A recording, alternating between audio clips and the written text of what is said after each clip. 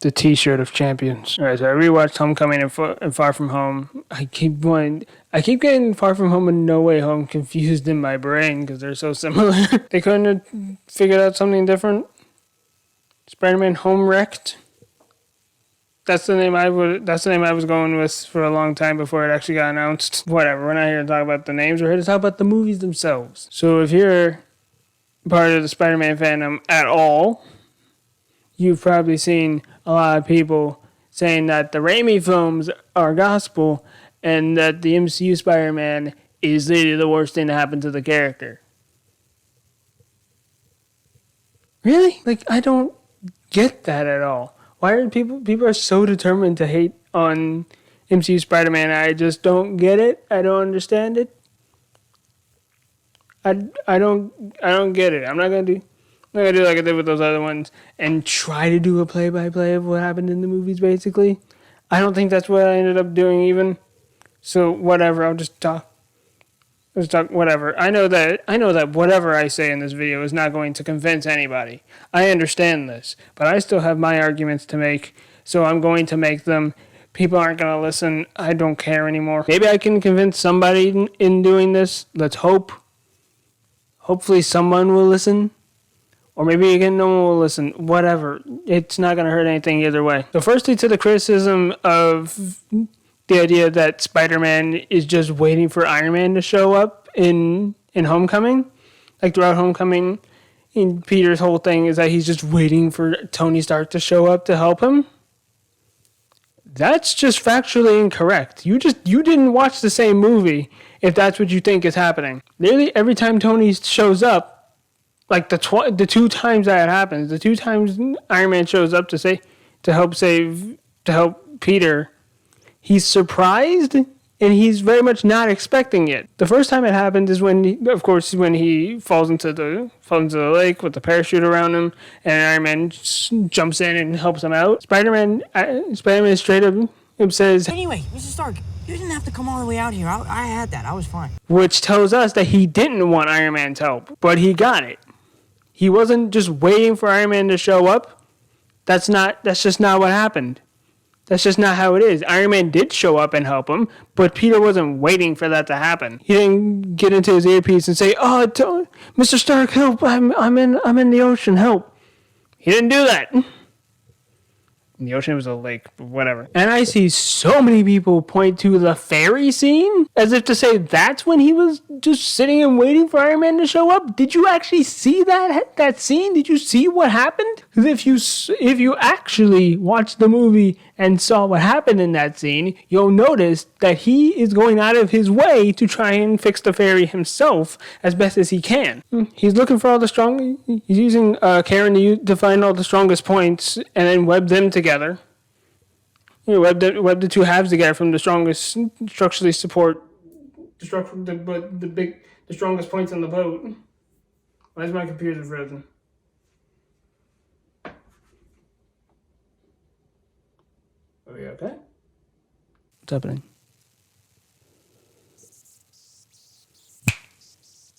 Okay, I guess we're fine. But no, yeah, he's actively trying to fix the boat as best as he can. And then when that doesn't work, he's going out of his way. He's trying to hold the ferry together by sheer force of will as best as he can. He's likely about to be ripped apart doing this. But as far as he knows, there's no help, there's no backup. He's actively trying to do it by himself. And then Iron Man just so happens to show up because he can just tell. But because he, from the phone call earlier, before the boat got ripped in half, he can tell, okay, he messed up. I need to go help him. So he's not just waiting for Iron Man to show up. That is so not what's happening in that movie. That's so not what's happening in that scene. Why do so many people who point to the ferry scene as if to say, yeah, this is it. This is proof that Spider-Man is just waiting for Iron Man to show up in Homecoming. Are you kidding? Are you for real? Are you for serious? Did you watch the movie? Did you watch the same movie that I did? Did we watch the same movie? Because clearly we didn't. Clearly you saw something that wasn't there. I hate that argument because it makes no sense. It makes no sense whatsoever. They just people lying to put on this false narrative, even give people a reason to hate on MCU Spider-Man. And like, whatever, if you don't like MCU Spider-Man, whatever. If you personally have legitimate reasons for not liking MCU Spider-Man, that is okay. That is fine. But don't try and make stuff up and push some sort of false narrative. Don't try and say that stuff happened when it didn't, just to convince everyone else. That's not okay. That's not fair. Don't do that. Good Lord. Oh, but Tony Stark made his suit for him. Spider-Man's supposed to make the suit himself. Well, he did make the suit himself. He did try and make a suit himself. We saw what the suit looked like before Tony stepped in and helped him. And it looks like what a high school kid, or a 14-year-old kid with like no budget would have been able to make. And it's not the Spider-Man suit. It's just not the suit that we know. Would you rather him just wear that the entire movie? Because that makes more sense. That makes more sense. And that's just how it would be if a high schooler actually had to make his own superhero costume. But also the suit has too many gadgets in it, and Spider-Man shouldn't have all these gadgets. First off, now listen here. Listen to my words. Come close. Listen to me when I'm talking to you. Look at me. Look at my eyes. Peter was not supposed to have any of those gadgets yet. The gadgets were built into the suit, but Peter was not supposed to have access to them. He was supposed to work up to those and earn them. When he and Ned hacked into the suit, they rushed the process and unlocked all the suit's functions before he was ready. So shut the hell up with that. Also, Spider-Man is very much known for using gadgets. Spider-Man has used several different gadgets, several different webs across the several different versions of him that we've seen. Not in the movies. This is the first time that the movies have done it. But if you look at the comic books and probably a few cartoons, Spider-Man has used plenty of gadgets. So hush. Hush your face with that argument. It's ridiculous and stupid, and it's pushing an agenda, kind of. I feel like sure, I'm going to use that wording. Pushing an agenda. I don't like it. It's not fair. It's not fair and it's not okay. And then I know a lot of people kind of said that he was relying on the gadgets too much. But then you still see him be very resourceful when the gadgets are taken away from him. So I'm sorry, I don't get you people. Literally every complaint that people have about MCU Spider-Man is either some false information or it's something that is solved in the movies themselves. Or was Spider-Man relying on the gadgets too much? Take him away. Let's see what he does without him. Oh, he relies on Iron. Oh, he's waiting for Iron Man to show up to solve all his problems. No, he isn't. He's trying to solve them himself, and then Iron Man just shows up. Like it's real dumb. It's real stupid. There were complaints about Far From Home too, but I can't remember them now. I had them in my brain, and I've lost them because I got too worked up about what everyone said about Homecoming. And that, like, people already made up their minds about MCU Spider-Man and Homecoming, and then that just kind of spread, and that just bled over into all of MCU Spider-Man. Like, I don't get that. Oh, yeah, freaking Far From Home. He gets Edith, and then the drone strike on Aaron. That's not his name. Is it? Brad. His name's Brad. I don't know why I thought Aaron. Oh, because Brad Davis and then Aaron Davis. Aaron Davis is a character in something. I can't think of what that's another Marvel character, right? Yes, that's Miles Morales' uncle. Yes. The Prowler. Yes, he's also in Homecoming.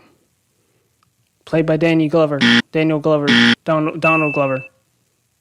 Childish Gambino. People got in such a hissy fit because of the accidental drone strike on Brad that Spidey does in Far From Home. But what you have to understand is Tony Stark just gave him this super high-tech weapon system without an instruction manual or even any way to know that it has weapons built into it. All they either says is that she can hack into stuff, and like that's kind of it. All this, as far as Peter knows, all that she can do is just hack into stuff and like find information and whatever. He has no way of knowing that the drone strike can happen, and he doesn't. And even if he did know that it could happen, he just doesn't say how to activate it. Peter has no way of knowing that the drone strike is about to happen. He has no way of knowing that, hey, if you say that your classmate is a target, the glasses are gonna try and shoot him. He has no way of knowing that. There's no instruction manual. There's no sort of any sort of way to know how to work these things. This is on Iron Man. This is Tony's fault. This is Tony's fault for not for not giving any sort of contingency for if this sort of thing happens, or just some sort of instruction or some sort of system in place to make sure that Peter doesn't just accidentally do that. That's on Tony for not thinking this through. This is not on Spider-Man. On account of he didn't know. He literally didn't know that could happen. We don't know that can happen until it does happen. What the hell else did people say about these movies? I can't remember. Oh, yeah, and also the freaking bell tower scene when the fake water monster, we can say it's Hydro Man, sure, whatever. When fake not Hydro Man is freaking tearing up Venice and Mysterio is dealing with it, and then that causes the bell tower to start to tip over, and Spidey's trying to handle it, and people got upset because he hit his head on the bell tower. He hit his head on the bell. What is this? Why is he so incompetent? This is Disney Channel humor. Ha ha ha ha! This is stupid, dude. He had it under control, and then the fake water monster hit it, and that knocked him over. And then that sent him careening into the bell with no way of freaking reacting to it. That happened twice. What's he supposed to do? Oh, why didn't he duck? Why didn't you duck? Why didn't he duck? Maybe because it happened in a split second. He didn't have time to react. Given the exact same situation, Tobey Maguire's Spider-Man would have done the exact same thing. So would Andrew Garfield. So would pretty much any other Spider-Man that we've seen ever. In that situation, he would have his head on the bell as well. And when people complain about that, they're clearly pointing to that to say, this MCU Spider-Man is incompetent. He still saved the freaking thing! He was being totally serious the entire time, and he actually saved the people that he was trying to save. He moved the bell tower over so that it wouldn't fall on anyone. Like, pay attention to what's happening before you make some sort of ridiculous accusation. Also, I saw on Twitter the other day, someone was like live tweeting them rewatching all the other Spider-Man movies. It's kind of like what I'm doing, but I didn't live tweet. I'm just making videos on it. And then he got to, I don't know which one. It might have just been the first one. It might have just been the first Sam Raimi movie. And then he pointed out that like, oh, Spider-Man has swung through the city more times already in like the first 30 minutes or whatever than he has in the entire MCU. Brother, I need you to shut up. Like, don't use that as an argument. Don't use that as an argument like that's fair. If you really pay attention, you'll notice that, weirdly enough, that the Spider-Man that you have complained hasn't swung through New York enough times hasn't really been in New York for a lot of it. Oh, it's another problem. Spider-Man's supposed to be in New York. Why isn't he in New York? Meh. Shut up. Like, shut up. People are just looking for reasons to be angry at this point. People are just actively holding these movies under a microscope, under a magnifying glass to find things to be angry at. So many people are so determined to just hate MCU Spider-Man for no good reason. It makes no sense. It doesn't help that I think it was High Top Films freaking went. He's another YouTuber. If you didn't know, you probably do if you're watching this. But he freaking went out here and reviewed these movies and actively said that, Spider-Man is relying on Tony Stark too much. Oh, Spider-Man did this wrong and that wrong and this, that, and the other and whatever. So because this big popular content creator who talks a lot about superhero media said these things, made these claims, everyone is like, yeah, okay, yeah, sure, no, yeah, that's right, and we should be angry about it. Watch the damn movies. Like, actually watch the movies and pay attention to what's happening. Rewatch the ferry scene, all of it. Rewatch the entire ferry scene, and actually watch it. Don't just sit there and don't just sit there with your grimace on your face and be like, and just don't go into this already having the mindset of I'm going to be angry at this. Don't do that. Sit down and genuinely watch that scene back and tell me if it looks like Peter is waiting for Iron Man to show up. Like, if you just genuinely don't like MCU Spider-Man, that's fine. I don't care enough to be angry with you if you just genuinely don't like this take on the character. That's fine. You could just not like it. Fine, whatever. I don't care. I really don't care enough. But what I do care about is when your reasoning for disliking this take on the character is based on bullcrap. Like, just the reasonings people make up for disliking this version of Spider-Man just don't make any sense. I saw one dude who has a podcast. I can't remember what the podcast was called or whatever. But then he was talking about Endgame and when everyone gets snapped back, and when Spider-Man comes out, when Spider-Man smiles, he has this grin on his face. And then that upset him because Spider-Man was too happy. So you're upset because this character who is supposed to be 15 or 16 at the time, at this current juncture, is excited to fight alongside a bunch of his favorite heroes in the battle for the universe. I'm sorry, was he not supposed to be excited about that? What? This is a teenage kid who has dreamed about doing this exact same thing, getting the chance to do it. This is a 16-year-old kid who has dreamed of fighting alongside the Avengers for who knows how long at this point, for a few years now, and now he's getting the chance to do it. And you're upset because he's excited about it? What the hell did you want his reaction to be? It doesn't make sense. And this leads me to another thing that I hate. I know a lot of people don't like about the Spider-Man fandom. People just think that Spider-Man has to be miserable all the time. People think that Spider-Man is just not allowed to have a good day. He's not allowed to have fun or enjoy life. He has to be miserable and sad the entire time and depressed. Otherwise, it's not really Spider-Man. And I just don't get that. Why is that the case? I'm sorry, why does that have to be the case? Oh, because everything goes wrong for him.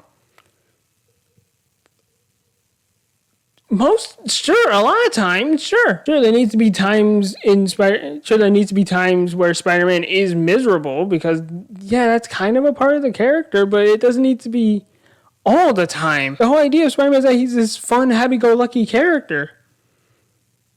Why do we want him to be miserable all the time? I don't get that. I'm willing to bet that part of that comes from Spider-Man 2, the second movie in the Sam Raimi trilogy, where Peter is miserable throughout the entire movie. Everything's going wrong for him. I mean, he can't catch a break. And so many people point to that movie and say that is the greatest Spider-Man movie ever. And whatever you could think of that, I don't care.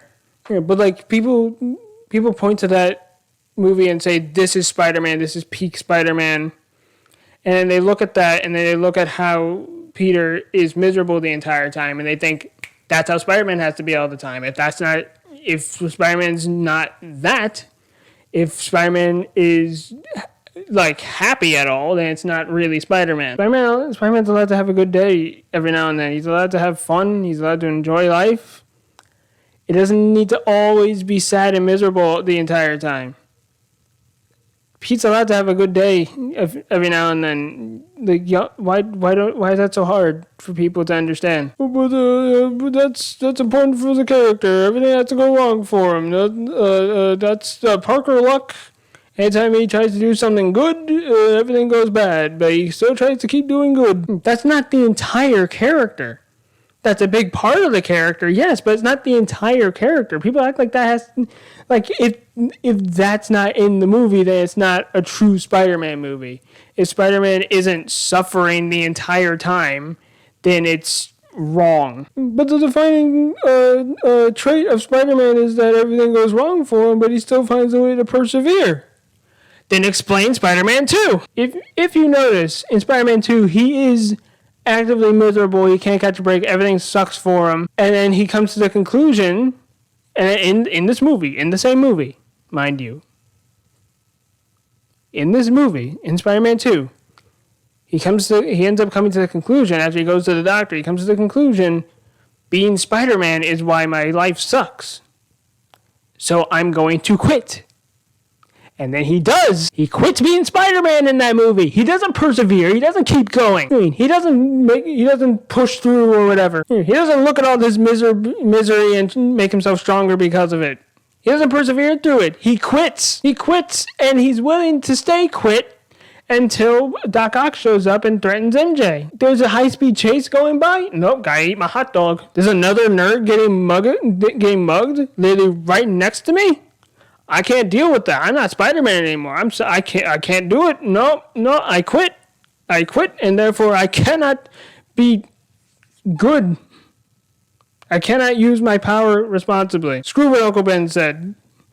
Oh, great power, great responsibility. No, forget that. No, I'm done. No, I'm out. No. Doing that is like hard and junk, so I'm gonna stop. And in the third movie, he's a jerk. He's kind of a jerk in the third movie. And I get most people point to the third movie and say that sucks anyways, whatever. But like, really, this is the Spider-Man that everyone says is the best? This is how Spider-Man should be? Really? And like, I get, and yeah, whatever. By the end of the movie, it's like, oh, you should be Spider-Man again and whatever. But he doesn't ever come to that conclusion. Like, he really doesn't come to that conclusion because of the sense of responsibility. He comes back to that conclusion because, oh, shoot, my girlfriend's in trouble. Sure, and you can say that the girl in the burning building, that's what really... And then the fact that he couldn't get to the other person is what motivated him. But, like, that doesn't really do much. That makes it so that he can use his powers again and then just immediately fall on his back, because that was an important scene. We needed to see that. This is coming off like I hate the Sam Raimi Spider-Man. I don't hate MCU. I don't hate Raimi Spider-Man. And I'm not a simp for... I'm not shilling for MCU Spider-Man. I'm shilling for the entire MCU, but that's a different thing. I'm not out here trying to defend MCU Spider-Man just because it's MCU Spider-Man. I'm not here trying to crap on Sam Raimi Spider-Man just because it's Sam Raimi Spider-Man. And you notice I'm not even touching the Garfield films. I already said my piece about those. We're talking about these. I just hate the way that the Sam Raimi movies are treated as gospel, while MCU Spider-Man is treated as the worst thing ever. That's just not fair. That's not right. Stop doing that. If you truly, honestly, legitimately believe that Sam Raimi's movies are the best Spider-Man movies and MCU Spider-Man is out of all of them the worst, okay, fine. Fine, whatever, I don't care. But just the comparisons that people make are just so unfair. The comparisons and the criticism that people make towards these movies is just not fair. It's not fair to these movies. It's not fair to this version of the character that you don't, because you don't like it because he's doing these things that he's not actually doing. Because you have made up in your mind that he's doing these things that he's not actually doing. You hate him for it. It's like when you're asleep and you have a dream about your friend doing this really douchey thing to you, and for the entire rest of the day you're mad at him. You have to understand that that's not fair. right? You have to understand that that's not fair to do. It happens, sure, but like the next day, you recognize he didn't actually do those things. That didn't actually happen. That was in my subconscious. That's something that my brain came up with and didn't actually really happen. So I can't judge him on this thing that he didn't actually do. It's the exact same, not the exact same thing, but it's the same kind of idea as that. And like being a Spider-Man fan is exhausting. I just want to like the character. I can't sit down and just enjoy a Spider-Man movie anymore because I'm too busy looking at all the things that people are complaining about and looking at all the things that people are complaining about, and looking at all the things that people are praising endlessly, and finding myself not agreeing with either side. Raimi fans put Tobey Maguire on this unfair pedestal and unfairly hate on the other two versions way too much. And then so many MCU Spider-Man fanboys will try and belittle anyone who likes Tobey Maguire. And like that's not fair either. And then I don't know what the Andrew Garfield fans are doing. They're just freaking they're probably saying something too, but everyone else is too damn loud. I can't hear them. I like to think that it's the two sides arguing with each other, and then the Andrew Garfield fans are just having to be in the middle of it and just sitting there like, I just want to like the movie, man. I just want to watch my movies. I just want to like the character. Is that okay? No, it has to be this specific version of the character or nothing else? Oh, okay. What, no, that version's wrong? Or this one? I don't know anymore. It's like, whatever. Make your own opinions. I don't care anymore. I don't care. Just stop regurgitating the same bullcrap over and over. I swear, if I hear one more Iron Man Jr. crack about MCU Spider-Man, I'm gonna freaking explode. Anyway, I'm recording this on the day that the No Way Home tickets go on sale. I personally am unable to purchase them at this very moment, but hopefully I'll be able to see them in theaters, and hopefully I won't get spoiled before I end up seeing the movie. I'm very excited. It's bringing back the villain, basically looking like it's bringing back basically all the villains that Spider-Man's ever faced in any of the movies. So that's cool. And Tobey and Andrew are probably going to show back up. That's really cool also. So this movie's, one way or another, this movie's going to be really fun. And I'm going to enjoy it. I have my set movie reviewers that I watch who generally don't take a side either way. So I'm going to listen to their opinions. And I'm going to try my best to just tune everyone else out, because I know people are going to make some bullcrap